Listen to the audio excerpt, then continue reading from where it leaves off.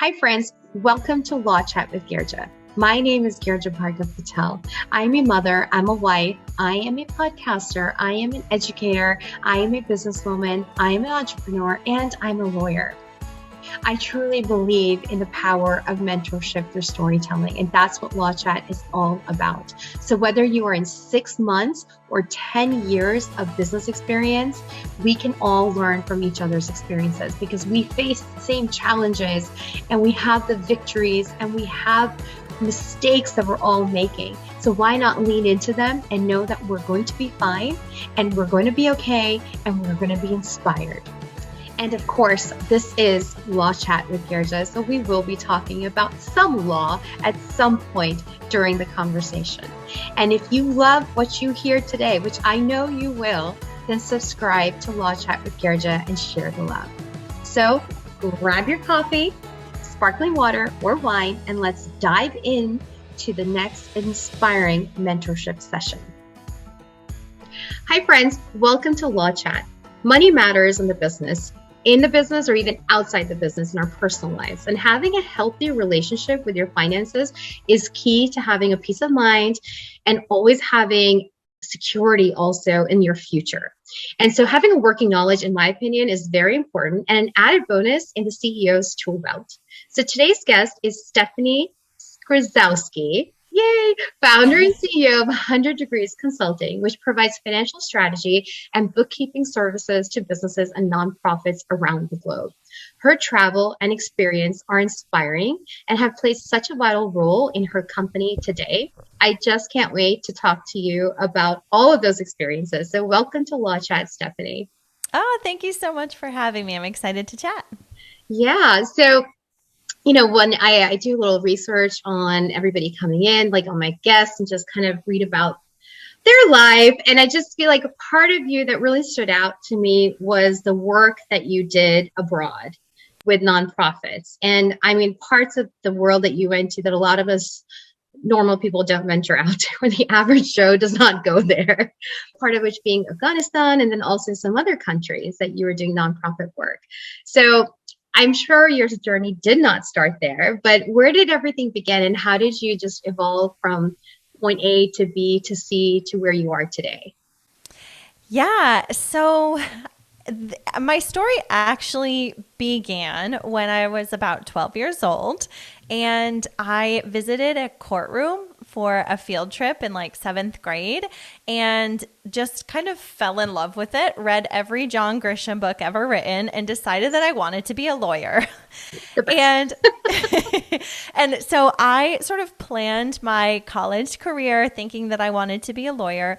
And I Googled, while I was still in college, in my last year of college, like best law firms in the world, because I decided, okay, if I'm going to be a lawyer, I have to be a legal assistant at one of the best law firms before I go on to law school. So my first job out of college was working at a gigantic international law firm in New York City as a legal assistant.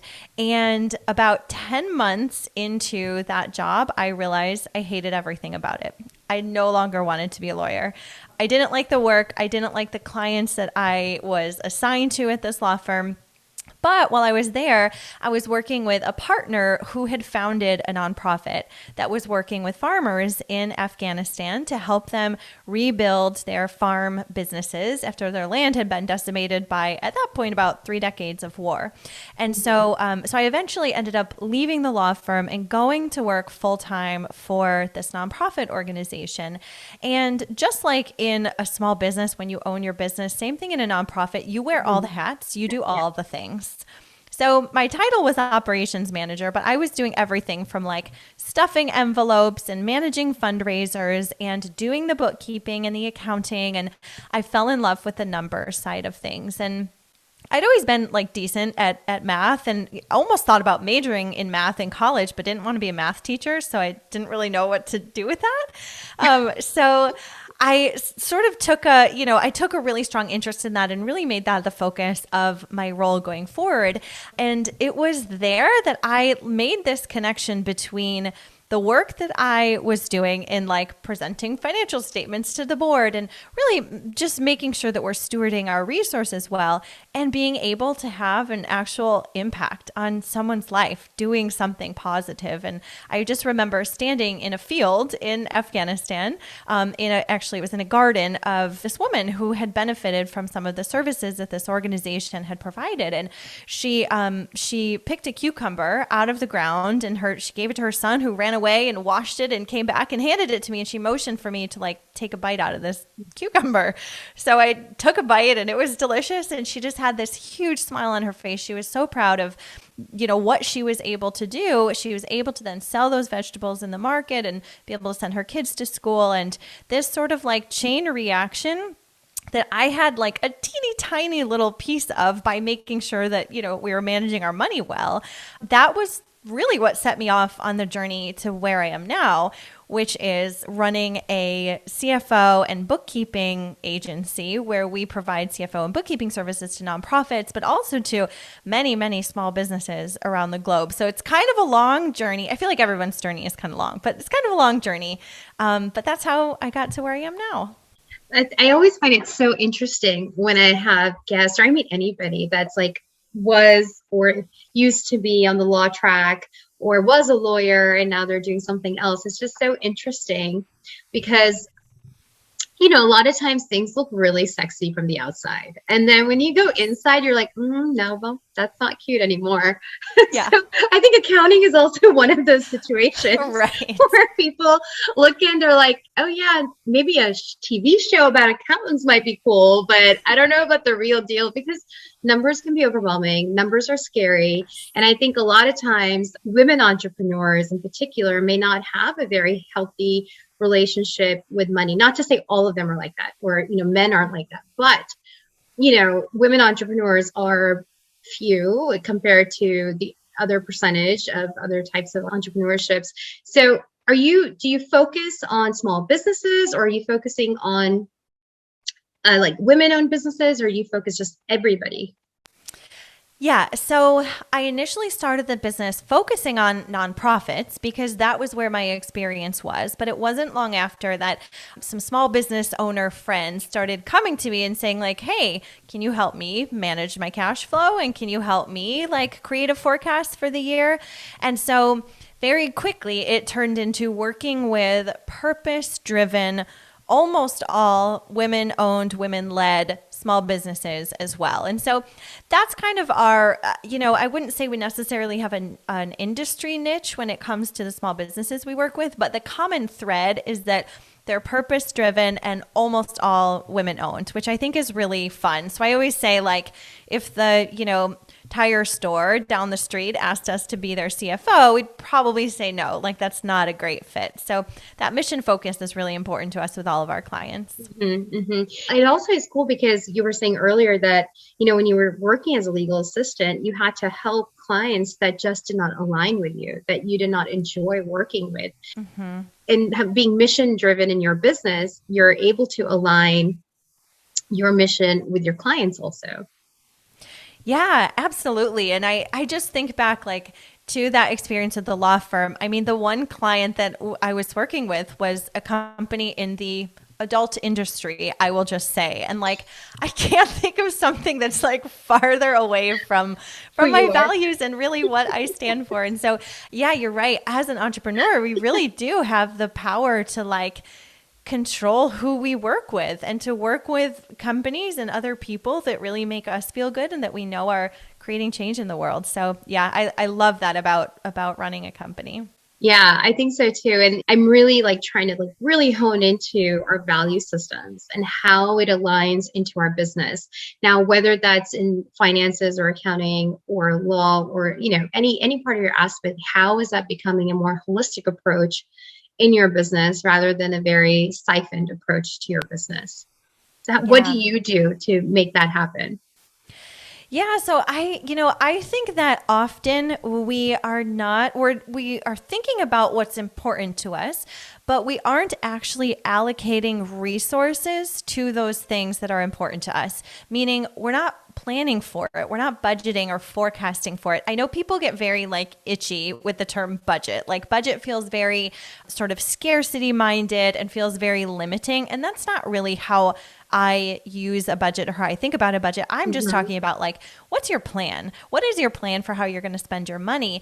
And often we have these, these really great ideals and these things that we value, but we actually don't put any resources, any money into our plan to actually make them happen. So if it's really important to you to donate a percentage of your income to charity, then let's put that into our financial plan so we can account for it, so we can plan for it. So we're not surprised when we want to make that big donation at the end of the year and like, oh wait, we don't have enough cash to do that. So, or even things like, treating your employees well or your contractors, whoever you have on your team. Maybe that's really important to you in building that strong team culture and giving your team a place where they feel really valued at work. Well, that's not always free. So let's figure out how much it costs and build that into our financial plan. And that's the one thing that I see a lot of companies not really doing. And they don't even think about it. I actually love how you press pause on that, not to limit it, but just to make space for it. And I love how you do that because it's now integrating the financial strategy into your business operations. And I love that because it's so holistic. It's not like you can't just say, okay, I'll work on my finances one day, but really the approach needs to be very well thought out from all aspects. So I'm getting ahead of myself, actually. I really want to kind of go back and rewind into your life and into how you were doing the nonprofits and, reading all the John Grishams and then realize, no, that is not the same. I love John Grisham books, by the way. I'm like, I wish Allah was like this. But when you were doing the nonprofits, I'm pretty sure you came across many challenges. I have personally worked in nonprofits, not as full-time, but as like, a side volunteer type stuff. And even then I'm like, oh my gosh, there's so much going on here. I hate to interrupt this awesome conversation, but I have to stop and talk with you about the number one thing I'm asked about by entrepreneurs: contracts. They're vital to any business relationship and to protect your business. But I also know that entrepreneurs, especially when you're starting up, money is tight. But I would never want you to compromise on a strong legal foundation. So enter yourcontractbuddy.com, a website created by me with contract templates created and drafted by me and fellow industry partners. They're ready to use and easy to plug in immediately. And they are not restricted to any specific state. So yourcontractbuddy.com is sponsoring this episode, and you and your listener can get 10% off right now with code LAWCHAT. Yes, you heard me right. 10% off right now with code LAWCHAT. And now, back to our awesome conversation. So what were some of the challenges that you faced that are maybe perhaps really one of those challenges that are now today helping you in your business? Oh my goodness. Yeah. So I think I can think of a couple things off the top of my head. And the first thing that I think about is really needing to be resourceful and making the most of every single dollar. And I think that a lot of nonprofits are very scarcity minded. So we almost take it a little too far in the nonprofit space. But I do think that one thing that nonprofits do a lot is really being conscious of how they are spending the money coming in. And I think that's something that as an entrepreneur, I really, sort of bring that into what I'm doing now. It's like, I want to be really mindful of where these dollars are going and not spending recklessly, investing where it's important. Yes, 100%, not hoarding all the money, but just being really intentional about where that money is going and making sure that the money that I am spending is going to make an impact somewhere. And that definitely comes from the nonprofit space. And I think the other kind of challenge that I will say is that this sort of, there's like a big time hustle culture in the nonprofit space, which you wouldn't necessarily think of if you haven't experienced it. But it's like, the people that work for nonprofits, and myself included when I was in that place, it's like we are here for the cause first and the money and the benefits and all that second. And so we will put so much time and energy and effort into our work, and you get burnt out very quickly. Yes. And I think the same is true of entrepreneurship. And so that's something that I am constantly being challenged with even now. It's like, I love what I do and I love our clients so much that I have to often like talk myself out of working. Like, okay, it's time to take a break. Like, you've had enough for today. Time to step back. So I feel like there are challenges in that experience that I'm still like kind of working on today. Oh my gosh, that's so true though. I think about all the volunteer work that I have done, and then you end up putting so much more work or extra legwork that you probably would never have done before. And even in your own business, they'll be like, oh yeah, I'll just get to that. Oh, I'm just going to do that too. I'm just going to add this to my table. I'm just going to add this to my list now. Yeah. And it's just like, you're like, okay, I need to pause. I need to rest. And I've been doing that more recently than not, is really just resting and allowing myself not to feel guilty about it, because that's like where my mind goes. Oh, I feel guilty. I have so many things to do. Why am I resting?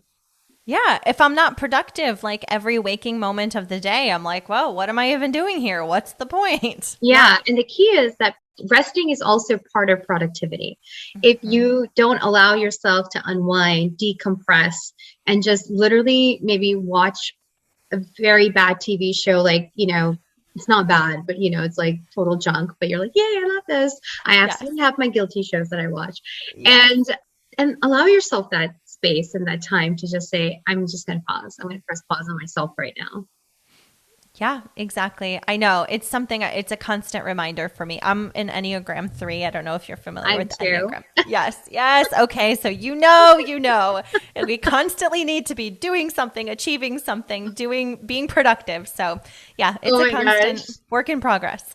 That is so true. It's always like achieving. Even when I did my strength finders, one of my number one top 5 was achievement or achieving or something like that. Me too. And I'm like, of course that's there. And of course I'm constantly like adding 10 other things to whatever I need to do, because it's just like a never ending list. And so yeah, same here. Yeah, and that is definitely my top 10. I know. It's okay to say no. Yes. What were some other challenges that you faced, and how did you overcome them? I think that, some of the challenges that I faced are, I used to be very, very uncomfortable speaking in public to a group, very shy. And in my different roles, I was really forced to like present financial statements to a board of directors. And a lot of times boards of directors are like very, very high-powered, high-level corporate executives sitting on the 44th floor of a conference room in Manhattan, New York City. Like, talk about intimidating, like very scary. These people know a balance sheet like way better than I do. I was, that's what I was telling myself then. And so that's been a really big challenge since the beginning of my career, was really getting comfortable talking about numbers and telling the story of numbers. And now that's something I teach, is how to sort of tell your story with your financials. But overcoming that, I feel like just took practice. It was like the more I did it, the more comfortable I became. And, even now I still get nervous. Like if I'm presenting in front of a new client's board of directors or something, a bunch of people I've never met before, it's still nerve wracking. But it's not like that those first few times when I'm like, I need to run away. Like, this is very scary. So I think that's been a big challenge and a big hurdle to get over. And I think too, like, your comfort level with the material also really helps. Now I feel very confident in being able to talk about financial statements, so that has helped as well. But that's definitely been a big growing point for me. I think what you went through is very common, because I know I myself go through that still today with certain situations or environments that I can be in. And I'm pretty darn sure a lot of other people go through that as well. A lot of times, if you are also taking the road less traveled, or just totally creating a whole different way of doing something in an industry that has its own set norms that everyone thinks it should go that way, it can be tough to walk into a room, and not that those people are being tough on you. You're being tough on yourself. Yes, always. Yeah. It's so much, like, I love how you said that. Like, I walked in and I was just like, gosh, these people must know how to read the balance sheet better than I do, or to interpret everything that I'm better. And this quote, well, I'm going to really paraphrase this quote, but I think Michelle Obama was being interviewed by Oprah Winfrey, and Oprah Winfrey asked her, like, how did you feel when you walked into the room and there were all these men there who you felt like were smarter than you? And she was just like, well, I realized they were actually not. And actually I was smarter than them. And she's like, I realized that. And I think we always have these preconceived notions. And of course, knowing what you're selling also, and having a good understanding of it really makes you get more confident. So I always say, like, go and take more classes if you're unsure of it. Go just practice more if you're unsure of it. But otherwise, what are some things that you say to yourself when you walk into a room and you definitely feel that intimidation? Yeah, I always have to just remind myself that I know what I'm talking about. Like, I'm not going to get asked a question that is, about some topic that I have no idea about. Like, that's not going to happen. And so I can just dismiss that worry. I know what I'm talking about, and it's okay to say, I don't know, I'll get back to you. And I think also, I don't know if it's the Enneagram 3 in me, but I don't like to not know things. Like, I like to be able to always have the answer. Like, I know everything, but wait, like, I don't know everything. Of course I don't. So I always tell myself, like, it's okay to say, I don't know, I'll get back to you. And I've done that many times. And the response is always like, okay, sounds good. So I think it's, like you said, I put these unrealistic expectations on myself that, like, I don't think I'll ever meet my own expectations. So I always have to, kind of talk myself down a little bit. Oh my gosh. I feel like I'm talking to myself right now. Like, it's so funny. I'm like, I also feel the same way. For the longest time when I first started my law practice, I had the hardest time saying, I don't know.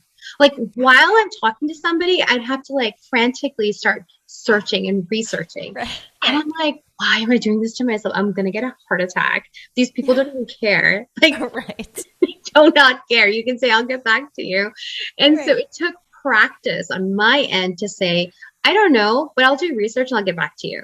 Yeah. And there's also like this level of, I don't know if it's the Enneagram or maybe the industry you're part of, or maybe a mix of it all, where you just feel like you have to know it all the time, and to, be on cue whenever someone says something. Yeah, you're right. That's an interesting point about the industry, because it's like people look to us as very specific, like, professional experts in something. And so I think you're right. It also does kind of feel like, oh my gosh, I need to know the answer. And sometimes, clients or potential clients will ask us like a very specific accounting thing that I've never seen before. And I don't know, because I've never seen it before. I've never done that before. But I think you're right. People sort of look to us as experts, and then we put ourselves on this like weird pedestal. I completely agree with you. And I always think about when that happens, I always like remind myself, if you go to a doctor's office today, you cannot ask the cardiologist, who is pretty darn smart, about your foot. Like, you just can't. Like, you can, but they're not going to be like, oh, let me fix your broken foot. They're going to say, please go to the orthopedic. They're not going to say, let me fix that. They might have maybe a working knowledge or maybe none. It just doesn't matter. But the point is that I like to bring in that industry as my example all the time, to myself even, because it really like simmers me down, because like that industry is also considered to be very like smart, expert, all the things. And the reality is, no, that just doesn't work like that either.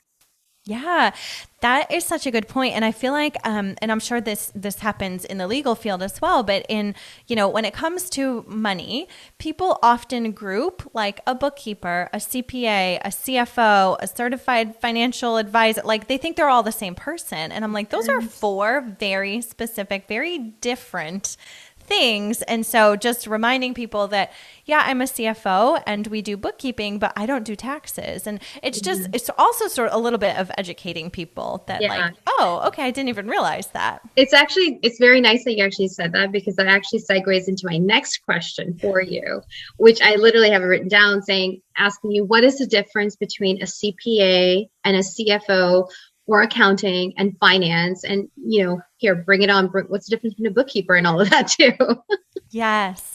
Yeah. So I love this question because it's one I get asked all the time. And often potential clients will come to us and say, yeah, I have a bookkeeper, but she's not really helping me like with any tax planning. And I'm like, well, she's not supposed to. That's not her job. Or I have a tax accountant and I really want their help in like strategic planning and forecasting and cash flow management, but they're not really doing that. I'm like, well, that's also not their job. And so I think understanding the difference is important so people's expectations are appropriately set. So your bookkeeper, this is the person that's, working in, if you use QuickBooks, they're working in QuickBooks, they're kind of doing the day-to-day coding your transactions, reconciling your bank accounts, making sure that your P&L and your balance sheet are accurate. Mm-hmm. And that's kind of where a bookkeeper's role stops. They're going to send you reports at the end of the month. They're going to, maybe they'll send your financial statements over to your tax accountant, but that's kind of where their role stops. Your tax accountant or CPA, your tax accountant probably should be a CPA. A CPA is certified professional accountant. So your CPA, your tax accountant, they're going to be the ones that know all of the ins and outs of IRS tax rules. They're going to be actually filing your taxes with the IRS, with the state, and they're probably, hopefully, going to be helping you with like tax strategy. So figuring out, really how to minimize your tax liability, what deductions you can take, what you should be calling a business expense or not a business expense, really helping with all the ins and outs of taxes. Then your CFO that's Chief Financial Officer. So that's what I am. We really help with the strategy side of things, the business planning, the cash flow forecasting, the, figuring out different revenue streams and your profitability and kind of the analysis of the numbers. So we take what the bookkeeper does, all of your nice, neat, organized numbers in QuickBooks, and then we turn those into analysis and meaning. And, we help figure out if our clients, often our clients will say, okay, I think I need to hire 2 new people. Can I afford that? So we'll plug that into a forecast and be able to say, yeah, the forecast looks great. We're strong. Your margins look good. Go ahead and do it. Or I don't think so. Let's wait till next quarter. So your CFO is kind of like your strategic financial partner.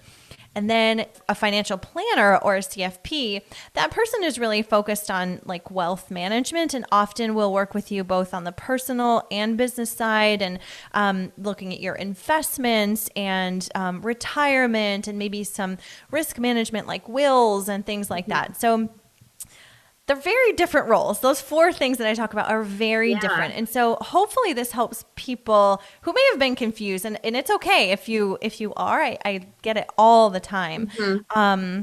And that, like I said, I think it just helps set expectations when you kind of know what each person should be doing. Yeah. And it definitely helps also with setting the expectations, but also knowing that how much money is a part of your growth strategy in your business. And also sustenance in your business. And so when earlier you were talking about telling a story through the numbers. So how do you do that? Yeah, I think that's where the bookkeeper and the CFO come in. So the bookkeeper comes in and just makes sure everything in QuickBooks is accurate. It's in the right categories. All of it's good.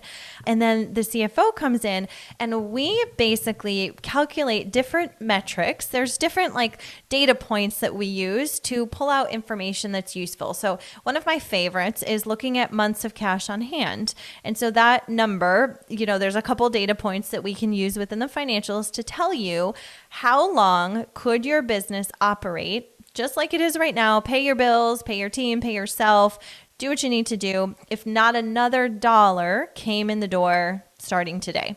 And that number is really important because I think, thinking back to like March 2020, beginning of the pandemic, everybody was like, oh my gosh, how long can I go on if my revenue just stops?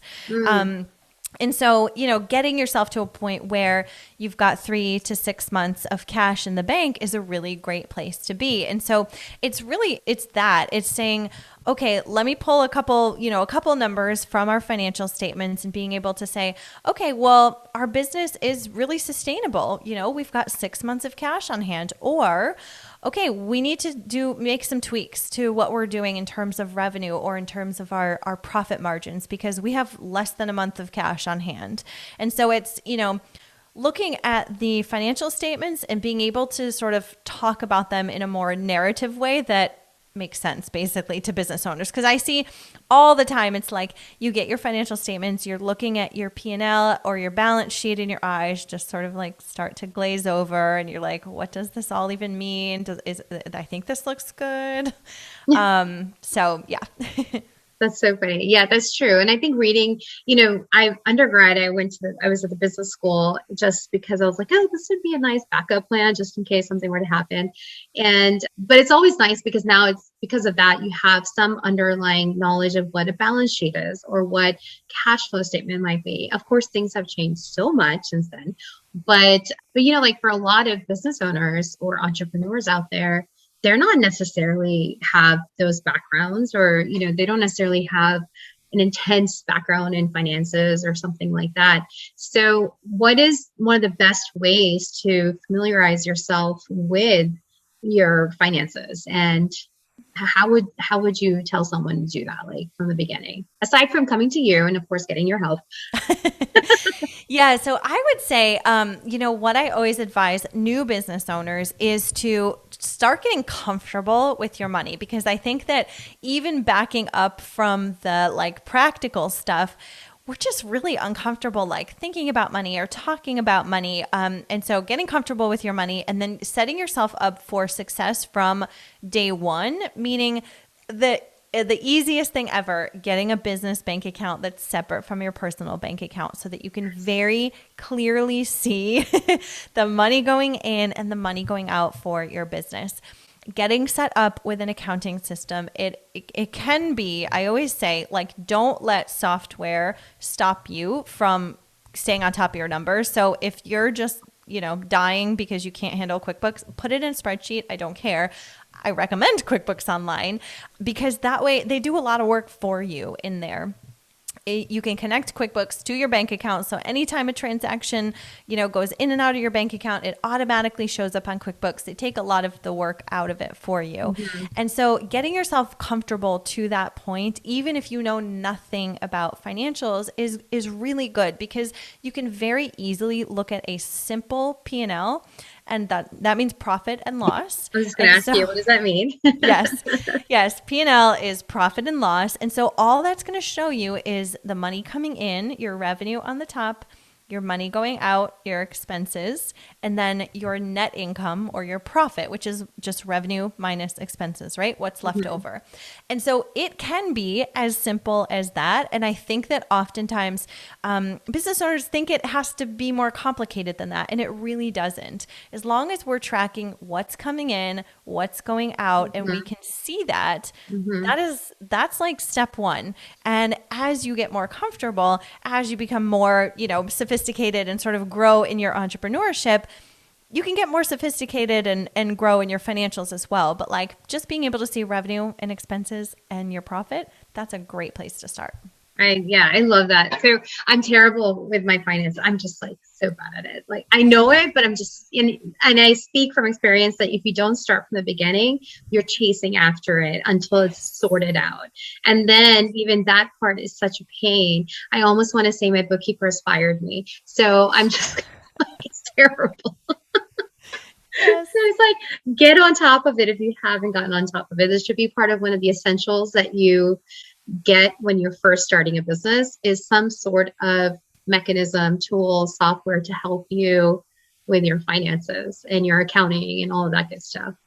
Yeah, I love that advice because you're right. You'll be chasing it and you'll be forever playing catch up if you don't do it from day one.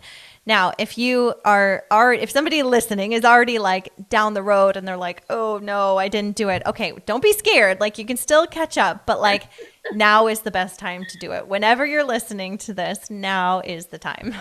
That's so funny. And so I'm just randomly asking this question now, but with bookkeepers, Would it be better to just hire a CPA then for your business, or should you have a bookkeeper, or can something like QuickBooks serve as a bookkeeper? Yeah, so the first person that I think would be valuable, the first finance person that you want to have in your business, and I kind of go back and forth on this all the time. The first person that I ever had in my business working on the numbers was a tax accountant, a CPA. Because once I started having a little bit more complicated tax situation with, for a while I had a bunch of 1099s from all of my clients. Now I'm an S Corp, so I file taxes a little bit differently. I wanted a tax expert to come in and do my taxes because I didn't want to mess anything up or get a big tax bill that I didn't need to pay or whatever. So a tax accountant, I think, would be a great first step, especially if your personal finances are even the least bit complicated, a house and kids or whatever. I definitely think tax accountant. So then on the bookkeeper, I don't think that you need a bookkeeper from day one. I do know some business owners that have no revenue and they have a bookkeeper because they've got some expenses. They just don't want to even think about it or deal with it. So they have a bookkeeper. I think that you could get by for a decent amount of time, at least until you've hit six figures, doing your own bookkeeping, especially if you're doing it in something like QuickBooks, because it really does make it easy for you. It takes, 15 minutes a month. You go in, you tell QuickBooks, okay, this transaction for Staples was for office supplies and this for, to whatever was for this. So you just have to tell the stuff where to go. And then that's kind of all you have to do. So I don't think that everybody needs a bookkeeper from day one. I would say once you're beyond six figures in revenue, and once your bookkeeping gets a little bit more complicated, that it's taking you more than a couple hours a month, then it's probably time to bring somebody in. So if you have a payment provider like Stripe and maybe PayPal and, a few different bank accounts and you're paying contractors, it might be time to bring somebody in at that point. But I don't think it's necessary from day one for everybody. That's good advice. Good to know too. What are some financial strategies that are pretty tangible and that somebody could start using in their business today? So I think that basically allocating your money, giving your money a job and a place to go from day one, I think is really important, and something if you're not already doing, you could be doing. So if you've heard of the book Profit First by Mike Michalowicz, I think that book gives a very straightforward, black and white, very easy to read book. It gives a great breakdown of really what you should be doing with your money. And the title, Profit First, means you should be taking your profit first so that your money doesn't go out the door as fast as it comes in, basically. And so what that means is if you're not doing this already, I definitely recommend it. But taking your revenue, so the money that's coming in, and then sort of allocating it into different buckets. So by percentage. So a percentage of your money coming in should always be set aside for taxes. Without fail, when money comes in, a portion of that gets set aside for taxes, usually something like 15%. So $1,000 comes in the door this month, $150 goes into a separate bank account for taxes. You never want to get to the place where you don't have tax money that you owe. So then the next bucket that revenue money goes is to paying yourself. So many entrepreneurs tell me, I'm not paying myself. Yeah. Or I haven't paid myself in 6 months, or I'm paying myself $500 a month, and they have a $300,000 business.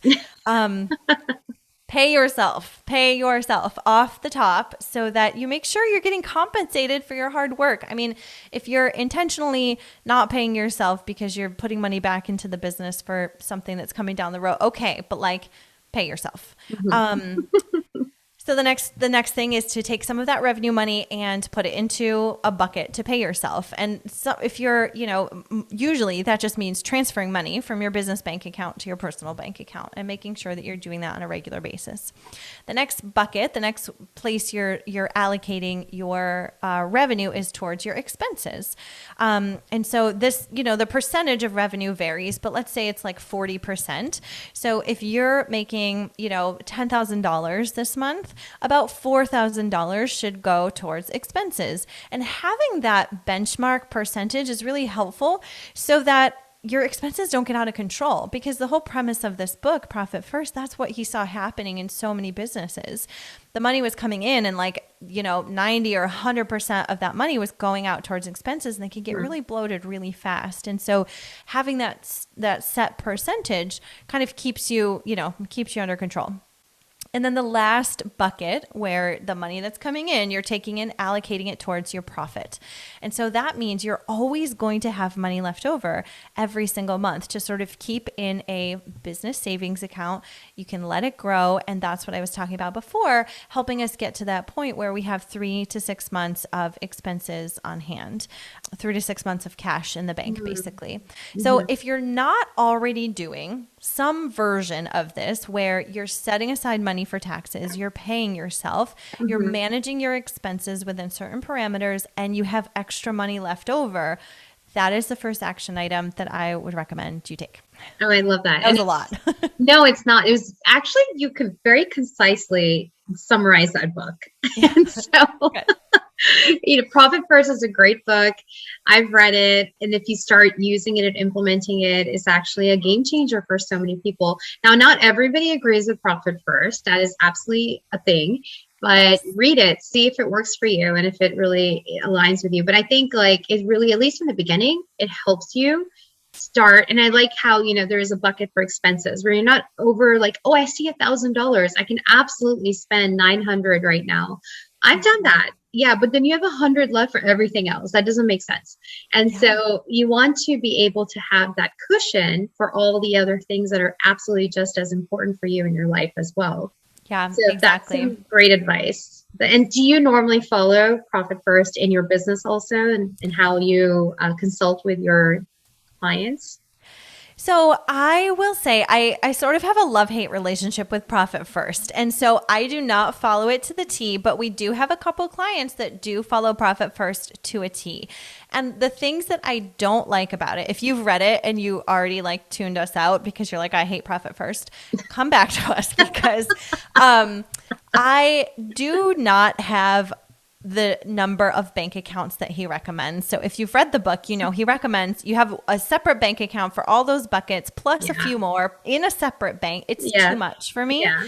I have 2 bank accounts. I have a checking account and a savings account. And I am very comfortable putting the tax money and the profit money over into the savings account, and everything else is coming in and out of the checking Great idea. account. Okay.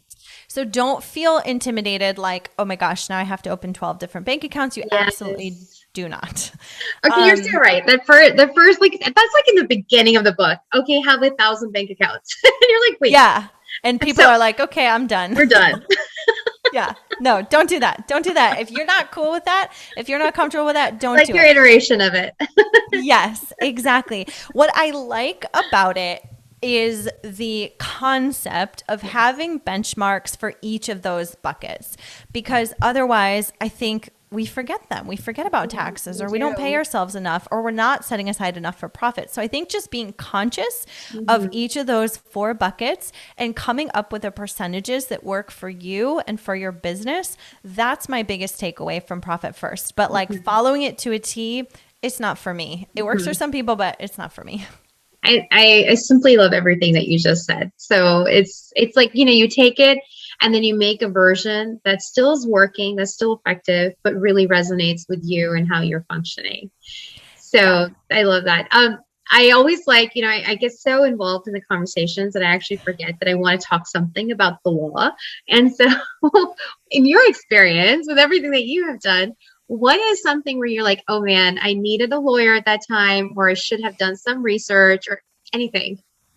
Oh yeah. From day one, I'm sure every single guest of yours says this, but I Googled and cobbled together my own contract for my first clients, because we all go into our work thinking the best of people, or at least I do. And I think a lot of people do. We're so optimistic and we're so hopeful and so excited about our business. And we think the best of everyone that we're going to come across, whether it's a client or a contractor or an employee. And so I did not invest in any legal support in the beginning of my business, cobbled together some contracts based on what I found on Google, thinking, this sounds professional enough. I think it's fine.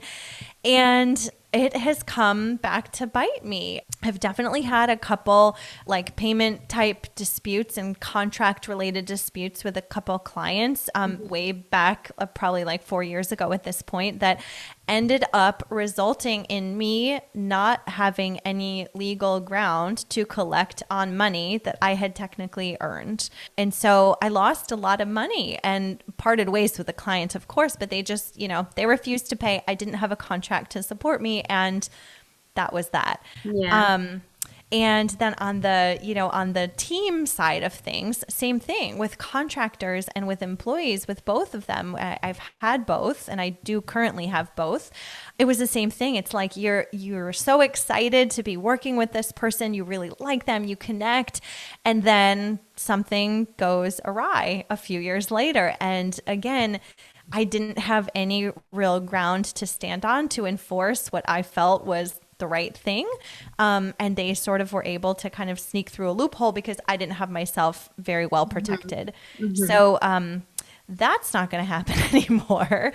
And I think, legal, kind of like accounting, kind of like, finance, is not really like the most fun thing to spend your money on in your business, but it will save you from having to pay down the road, like hands down, and give you that peace of mind. And if somebody could have just like pounded that into my head 5 or 6 years ago when I started my business, I wish they would have. Yeah. I mean, my entire, like, one of the main things that I even say is making legal a line item and not a panic attack.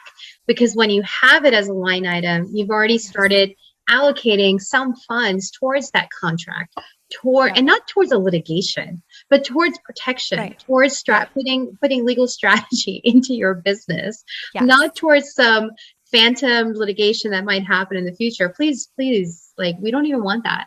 What we want is to really like put you in a place where you're positioning yourself for success, but in a way where you've already integrated those strategies into your business. Yeah, exactly. Yeah. It's something that you want to be proactive about instead of reactive, because I feel like proactive also costs less than being reactive. Like reactive is always going to be way more expensive. So let's just be proactive about it, and you're going to save money. So yeah, I wish I had that lesson about 5 years ago. Well, thank you for sharing that. I truly appreciate it. Now, I always ask this from every single guest that comes on, and I ask them, what is your anchor when you just feel like the world is so chaotic around you, but what holds you down steady?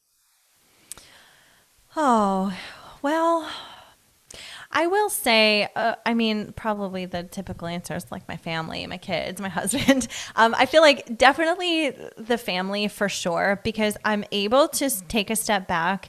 And when I'm really stressed out about a particular client at work or something that's going on, I'm thinking, does this really matter? Like the only thing that really matters is my family. So I would say that's pretty much my big anchor.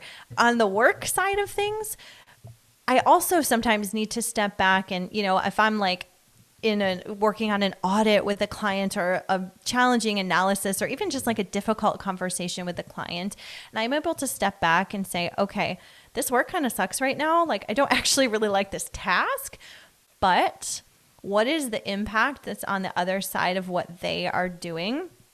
That is, I would say that's sort of my other anchor. And that's why it's so important to me to work with businesses that are creating change in the world so that I have that anchor, so that my work does feel like in those hard times that there is meaning behind it.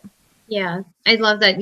Impact is so important. I think a lot of us are looking for impact, or even if we don't realize that that's what we're doing, and labeling it as such, but there is some sort of community thoughtfulness there, or an impact that we want to leave, or legacy that we want to leave. So that's wonderful. That's part of it's part of your mission or your purpose that you might be identifying in life. So that's awesome.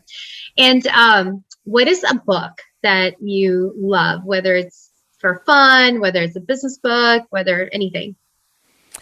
Yeah, so I was definitely going to say Profit First, and not that it's necessarily fun, but because I do think it's a good read for any entrepreneurs. But we already talked about that, so I'm going to say a different one.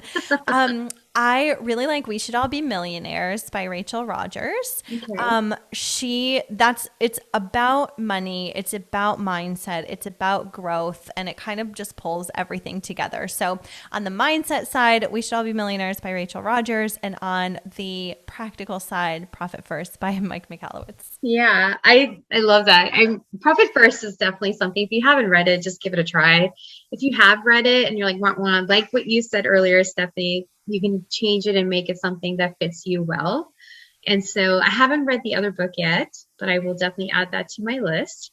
Yes. And, I feel like, with your 100 Degrees consulting and what you're doing, I feel like you are making a space for yourself in an industry that, again, has very traditional norms in it. So how are you doing that in your business? How are you disrupting the space that you're in? Yeah, I get a lot of comments from clients that are like, I have this guy who is like my dad's bookkeeper, and he's been doing this for 40 years. And, it's like the guy down the street. And so we are like not the guy down the street. We're not the old white guy that's been doing the books for decades upon decades. And so I think that by having an all women team, our team is all women, by having an all woman team in an industry that I do feel like is predominantly male, I think that is a big thing. And we're in the online space. And so I think even that, that expertise in e-commerce and online courses and things like that is different. That, if you go to a big, accounting firm or another bookkeeping agency or something, they might not be familiar with what work today looks like, because it is so different. We do everything remotely, and our clients are making millions by selling courses online, which is just very different. And so having that expertise, I think, is what kind of sets us apart. And I also think one of my personal values is making numbers approachable. And so I think that talking about finances in the way that we do and making it really accessible and easy for people to understand is something different as well. Because it can often feel like a little bit elite when we're talking about P&Ls and balance sheet and assets. And I want to distill that down so we all understand how to really manage our money well. That's so wonderful, because it can be intimidating, just the word finance itself. Yeah, totally. Well, thank you. And I have really enjoyed talking to you. I can already feel the calmness that you probably give to your clients. And so I'm sure there's others out there that are just like, we need her, and we need somebody with that calmness in our money.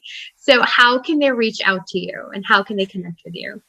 Yeah. So I spend most of my social media time on Instagram. So I'm over at stephanie.skry or 100 Degrees Consulting on Instagram, or our website is 100degreesconsulting.com. And I also have a podcast where I have conversations just like this with other business owners. And so the podcast is 100 Degrees of Entrepreneurship, and you can find that wherever you listen to podcasts. So wonderful. So wonderful. Well, thank you so much for being with us today and sharing all of your financial wisdom and then some. And I look forward to connecting with you again. Yeah. Thank you so much for having me. This was fun. Thank you so much for joining Law Chat with Girija. I just love these kind of conversations that are motivating, inspiring, but truthful, raw, and honest about all of the challenges, all of the victories, all of the triumphs, picking ourselves back up again. I just can't think of a better way to get mentorship but Law Chat with Girija. If this was helpful to you, or this was inspiring to you, please share the love. You can give this video a thumbs up. You can subscribe to this channel. You can also share this with your community by taking a screenshot and posting it on your social media and tagging GBP Law. When you do that, a lot more people will be able to see this video that not only benefited you, but also can benefit them as well. So let's share that love and let's share that inspiration. And if you want more information about what I do and other resources, go check out gbplaw.com or yourcontractbuddy.com. And I look forward to seeing you next time.